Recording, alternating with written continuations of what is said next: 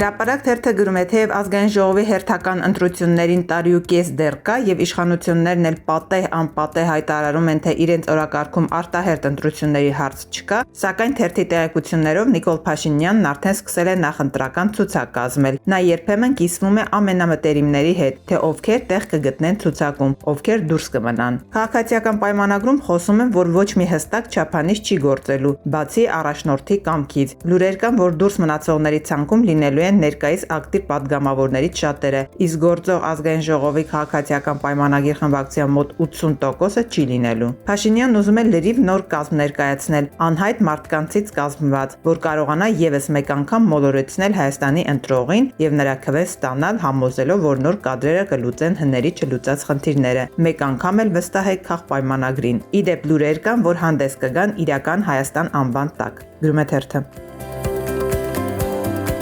Փաստերթը գրում է, կան խոսակցություններ, որ շիշ բռնող մականունով հայտնի падգամավոր Հայկ Սարգսյանը եւս Փաշինյանից հեռանալու եւ գլուխն ազատելու ճանապարհն է բռնել։ Կուսակցության ներսում ամեն ինչ այնքան էլ հանդարտ չէ ու չի բացառվում, որ արտահերթ ընտրության գնալու որոշման պարագայում, երբ վարչապետը հրաժարական ներկայացնի, պոկվող օղակները առաջադրեն իրենց թեկնածուին, ասենք Մհեր Գրիգորյանին կամ Սուրեն Պապիկյանին, ու ձերբազատվեն Փաշինյանից իրենց փրկելու համար։ Չի բացառվում նաեւ, որ նույն այդ օղակները ընտրեն ընդդիմության առաջարկած թեկնածուին, նույն հաշվարկներով, գրում է թերթը։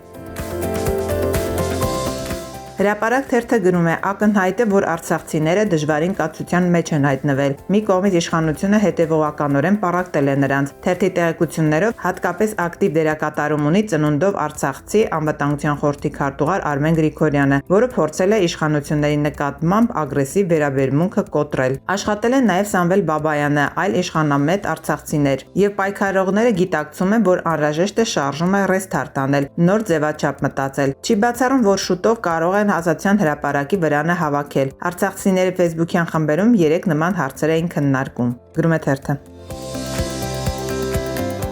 Ժողովուրդ օրաթերթը գրում է, իշխանությունները կարծես թե մտահոգված են Սյունիքի մարզի Խոզնավար համայնքի տների ուղղությամբ ադրբեջանական կրակոցներից։ Թերթի տեղեկություններով Փաշինյանը ԿՊԱ-ական սյունեցի падգամավորներին հանձնարարել է գնալ մարզ, շրջել տարբեր համայնքներում, լինել Խոզնավարում ու Խծաբերդում, զրուցել բնակիչների հետ, հանդիպումներ ունենալ նրանց հետ ու առաջին ձեռքից ինֆորմացիա տալ, թե ինչ է կատարվում համայնքներում։ Փաշինյանի նպատակը առաջին ձեռքից իմանալն է, թե ինչ հաճախականությամբ են կրակում ադրբեջանցիները, դիրքերի թե բնակավայրերի վրա են կրակում, ու կարծես թե ԿՊԱ-ականները վատ լուրերով են վերադառնում։ Ադրբեջանական կողմը թիրախավորել է բնակավայրերը, ոչ թե օրինակ դիրքերը, եւ սա նախօրեին հաստատեց նաև Պաշտպանության նախարարությունը։ Իդեպ թերթի տեղեկություններով Փաշինյանը առաջիկայում պատրաստվում է անձամբ այցելել Սյունիքի մարզ, որպեսզի իր աչքերով տեսնի, թե ինչ է կատարվում այս առումով մարզի համայնքներում, գրում է թերթը։